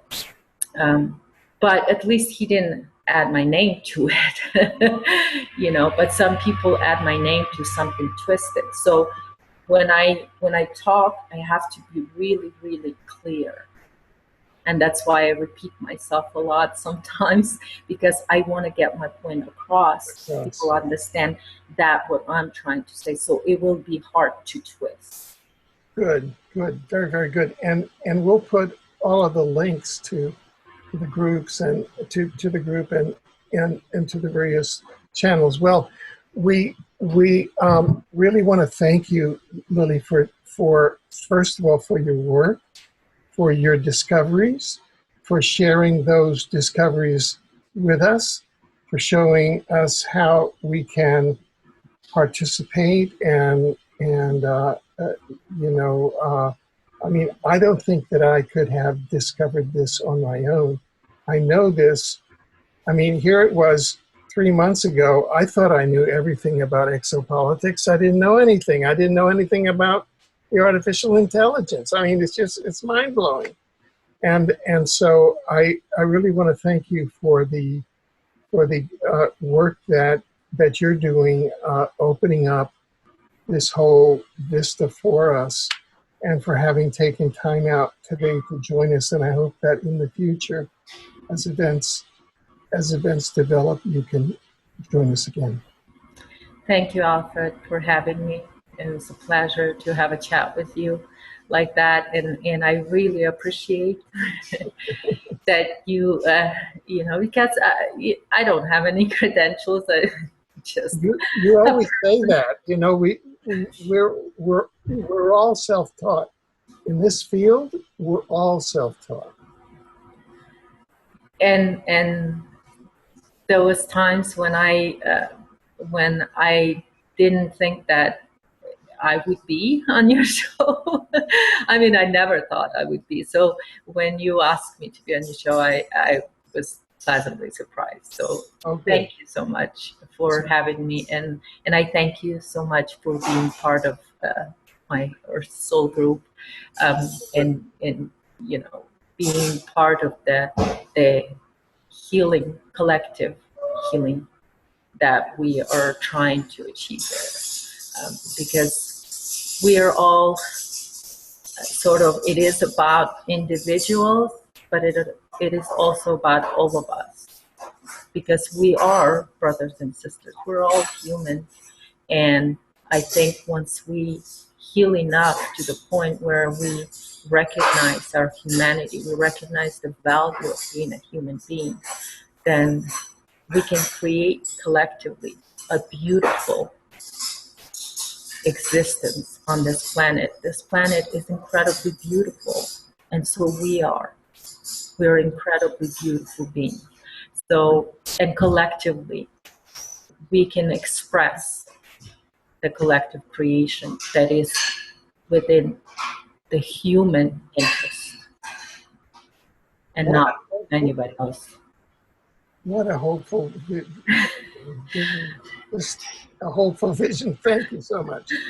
I know a lot of people think I'm negative, so I'm like, oh, I think I'm way too positive. No, I think that you've actually turned it so that, wow, we've all gotten a new kind of vista and a new path forward. So thank you for that. Thank you. Good night.